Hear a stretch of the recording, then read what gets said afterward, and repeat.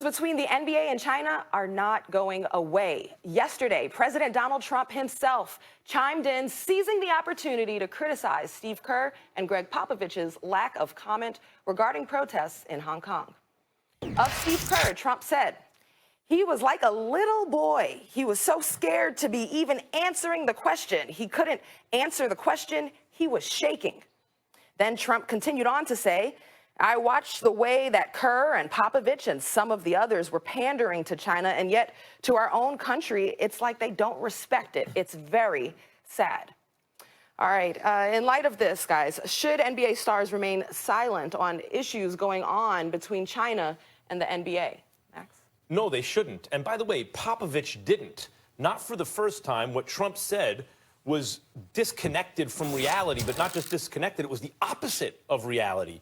What Popovich said was he supported Adam Silver and thought it was very strong that Adam Silver stood up for freedom of speech, for freedom of expression, which, I mean, the Chinese government released a statement that said they literally don't understand what that means. It doesn't extend to discussing sovereign nations and national security and things like that. Yes, it does. That's freedom of expression. It certainly does.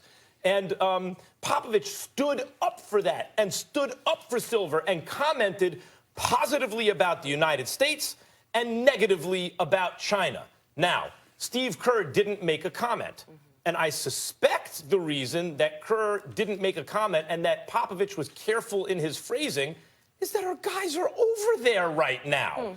If you have players and members of your league, community, business in a repressive communist nation state, you will be careful with your phrasing, certainly until they are back. And it doesn't even necessarily have only to do with business interests.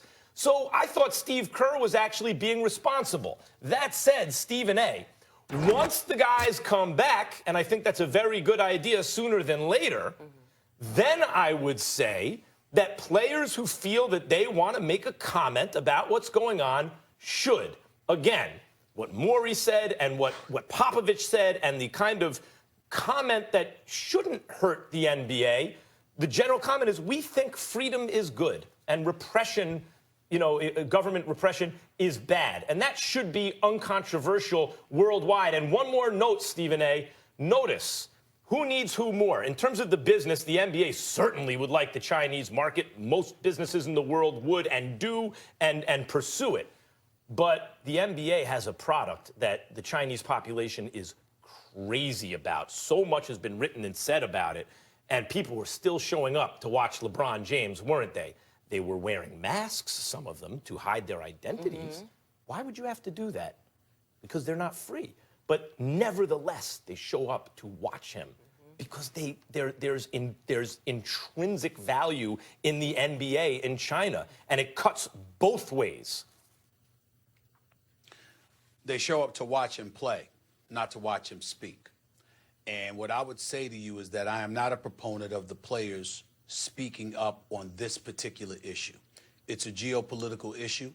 It extends far beyond their lane. I'm not questioning their competence. I'm certainly not questioning their intelligence.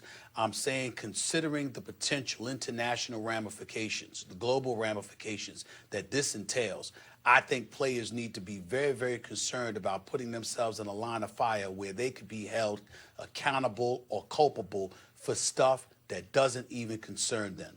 Let's remember where all of this started. This started because of a tweet from an executive for the Houston Rockets. His owner immediately denounced, not what he said, but him choosing to be the one to say such a thing, thereby immediately disassociating him from the Rockets organization he represents and works for, and as well as the National Basketball Association. Tillman Fertitta, the owner for the Rockets, specifically stated, "We are not a political organization."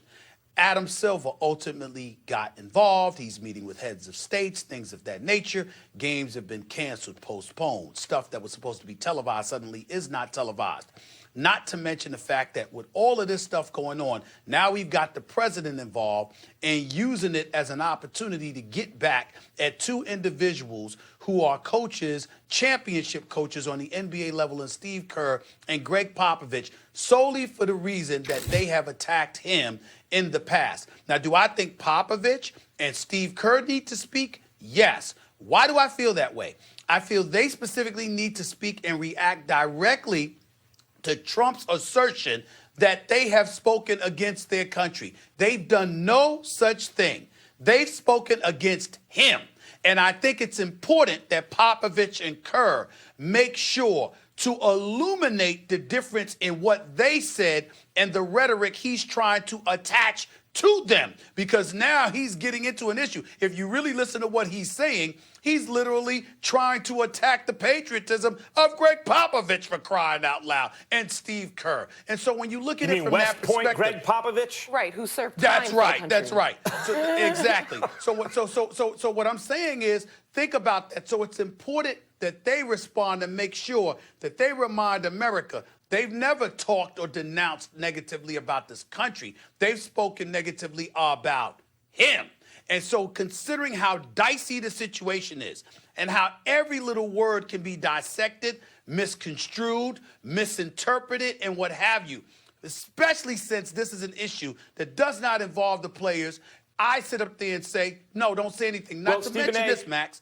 Hold on, Max. Yep. Not to mention this. Let's also remember that the players could potentially be called on the carpet for having their hands dirty because, again, my position has always been, since this incident took place, if somebody asks you, do you support the protesters, it's a very simple answer. I'm an American citizen. I support democracy everywhere, period. And you leave it at that. When you go beyond that, now people get into your personal business. And if you have been doing business with China as an individual, if you have been doing business with China as a team, as a franchise, et cetera, then whatever iniquities you believe they're engaging in, one can simply ask, didn't you know about this before when you were doing business with them? It's not a situation the players need to be in. We have leaders for a reason. Fall back and let them lead. Well, right Stephen now. A., I disagree with that sentiment. Like, that we have leaders for a reason, fall back. If someone has a strong feeling about it, an American By the way, citizen Popovich has a was the strong Air feeling Force about Academy. it. It wasn't West Point. It was Popovich's, Air Force Academy. But go ahead. Anyway, my point is this. If what you mean is they shouldn't get into the details of Hong Kong, okay. Right. I understand if the NBA is like, hey, guys, this is a complicated issue involving the British and okay, fine. I get it, you know. And also sovereignty and all. I get it. Stay away from that, guys. Correct. That's what I'm saying. If the thrust of what they're saying is constantly as simple as we believe people should be free. We don't believe in repression from governments, right? We don't, and oppression. That is a very clear message that Americans, particularly Americans with platforms, should not be scared to say, and there is actually an environment of fear around the world criticizing the communist Chinese government because they have such enormous business influence. So what I'm saying is, you're right about you might be right about the specific issue of Hong Kong because it can get very bogged down in details. But if simply LeBron James and others were to say, we support freedom, I think that would be a good thing. Max, I got to jump in here then, because I think it's one thing to have a platform and speak up, but it's also to have a platform and use it responsibly. Are you then saying that the NBA, a basketball league, has a responsibility to speak up on this issue? I think if they're doing business in China and this rears its head, which it inevitably will if you're doing business there, then at that point, yes, I think you have a responsibility to make it very clear where you stand and what values. Remember, I said on this show several times, you weren't hosting those days, the U.S.-Chinese relationship is, and even in the NBA in China, it's based on mutual interest, not mutual values. Right. And so from time to time, the values issue pops its head up, and it needs to be addressed. But Max, it has been addressed. Like, for example, James Harden, you're clamoring for LeBron James. Why are people clamoring for LeBron James? They don't just want to ask him about this issue and leave it to a generic point like you're just making. And I don't disagree with you on that point. You know, I'm just talking about not getting into the weeds of the whole China-Hong Kong situation. Sure. I'm simply saying, They're not going to leave it at that. They're going to ask LeBron for specifics. They're going to pepper him and others with questions. And then ultimately, you know this, Roz, they're going to address where his business interest lies, because LeBron James has business interests all over the place, and you know doing business with China is one of those things. And to get back to Trump, and to get back to Trump, and that's what I'm saying, it's a very dicey and dangerous situation. And then to get back to Trump, remember, what Trump is doing with Popovich and Kerr is the same thing he did with the whole Colin Kaepernick situation. Yeah.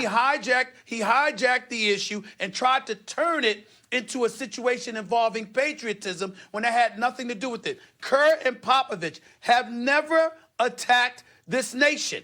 They were undressing him. And he's saying, notice his words, how they speak against our country. They did not speak against the United States. They spoke against Trump. And that's what they need to make sure to highlight. They cannot leave this silent, because if they do that, I'm telling you right now, it's going to be a problem. Excellent point, Stephen A. Make sure to keep your eyes out on how different parties use this situation for their own agendas as that happens. I think the underlying foundation question here is, does the NBA have a responsibility to speak up on it? And there are many sides to the discussion. All right, let's take a break here.